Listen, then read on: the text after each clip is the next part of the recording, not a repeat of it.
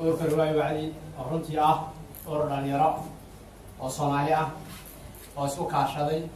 inay noqdaan urur ka duwan ururada kale. ururka riwaayo wacdi waa urur runtii barnaamijyadiisa oo dhan ay yihiin barnaamijyo waxtar leh. waa urur inta badan sida ka muuqata magaciisaba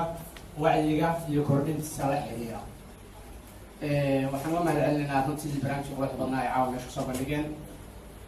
sidoo kale waxaan u mahadcelinayaa walaalaha dhammaan kasoo qayb galay oo iyaga laftooda muujiyey inay yihiin dad wacdi doon ah, inay yihiin dad ka duwan in badan oo maanta magaalka iska jooga ayagoo la socda barnaamijka meesha ka dhacaya. dhammaantiin waxaan leeyahay waxaad tihiin dadkii isbedelka bulshada Soomaaliyeed. intaa kadib runtii intii buugu socday ama kitaabta ay socotay wax badan ayaan ka faa'iiday oo ay ugu weyn tahay inay Soomaalidu lahayd ilbaxnimo hore oo ka horeysay tan hadda aan haysano ay u badan dhaqatada. laakiin dhaqatada ka hor aanu lahayn yani ganacsi adduunyada la tacaamul aynu lahayn. waa shay aad iyo aad runtii aad u muhiim u ah. waxaan garan karaynaa in ilbaxnimada haddii la raadiyo uu qawiga noqonayo mise kordhayo dareenkeena ah iyo kasoo jeedkeena ilbaxnimadeena fogaanshaheena. waxaan aad iyo aad ugu talin lahaa Axmed Ibrahim Cawaale buugta gaar ahaan dirka sacmaalada iyo buuka Professor Abdallah Samatar Abdallah Mansour labada kitaab in aad loo akhriyo. haddii aad u akhriso runtii waxaad ogaanaysaa waxa Soomaalida laga sheego inay ka weyn tahay Soomaalidu. waxaad arkaysaa adigiyo iskala weyn waxaad ahayd aad marka hore isu meelaynaysid. labadooduna runtii waxay ku salaynayaan cilmi baarisyo ku kala qotoma. Axmed Ibrahim Cawaale isagoo inta badan ugu qotamiya deegaan baarisyo iyo arrimo la xiriira iyo sheeg in la turjumo aasaaro. halka oo Abdallah Mansour isaguna isticmaalo waxyaalaha la xiriira afka raadinta yani afka cilaaqaadka afka ka dhexeeya isaguna aad u isticmaalayo. waa labada shay ugu muhiimsan marka wax la baaraayo wax waliba fog la baaraayo la isticmaalo. maanta marka waxaan leenahay waa ka duwannahay qarniyadii hore. haddii ay horey waxay nagu sheegi jireen Alan Lewis iyo rag la mid oo reer galbeeda ay odhan jireen Soomaalida halkaas ka soo jeeda iyo sida waa carab. maanta waxaan haysanaa aqoon-yahaniin Soomaaliya oo runtii uga xeel dheer uga ogaal badan waxay raggaasi sheegeen. Abdallah Mansour kitaabkiisa taariikhda iyo afka bulshada Soomaaliyeed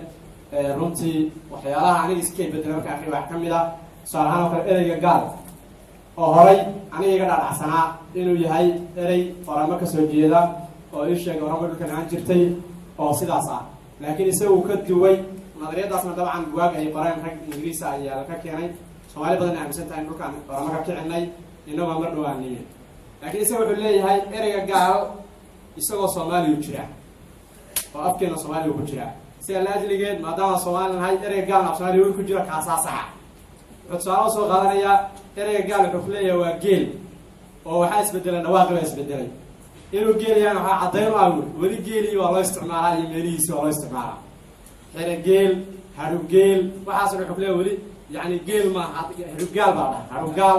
رجال بقول الله يستعان كله برجال قال كعي واحد صدق كله هاي والصومالي بيقول جرتها هوا حين موجنا سا إن النبو وحنا آخرنا أغنياني بين حرني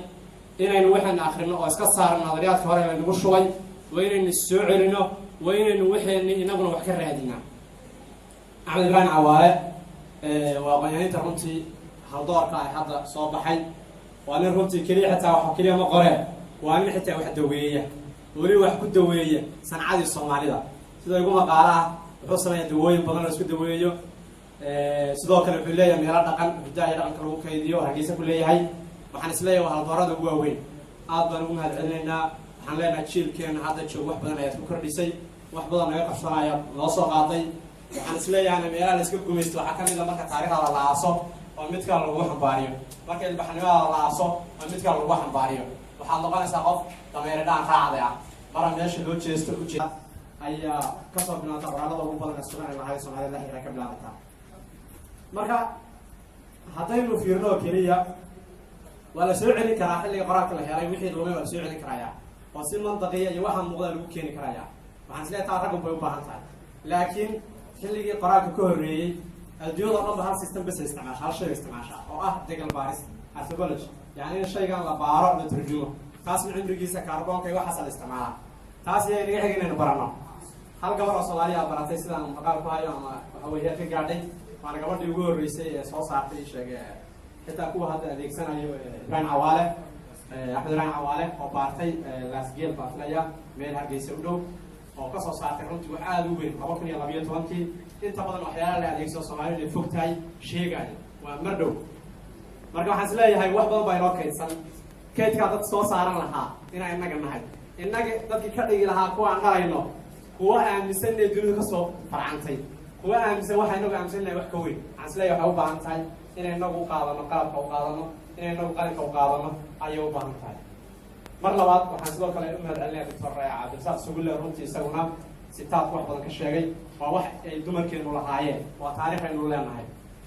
ama waxa weeye hala falsafeeyo hala dhawuxuma ama waxa weeye wanaagsan hala dhalay laakiin waa taariikh aan leenahay taariikhduna wanaag iyo xumaanba oo waxa adigu leedahay waa wax sheegaysa jiritaankaaga sheegaysa waa taariikhda sideeda waa wax dhammaaday ama ku farxan ama ku farxin waa wax dhammaaday in badan ayna ka mid ah taariikhdan innagaa diidna waxaan u diidnaa dadka taariikhda ku xusan meel soo jeedkooda qabiileed taasina waxay liddi ku tahay jiritaankeena oo dhan bay liddi ku tahay qofku inuu meel ka soo jeedo waa sugnaan fiican waa qabiilkan ilaahay baa sameeyey ceeb maaha laakiin aduu sida khaldan inaad khaldaan aduu isticmaasha ayaa khaldan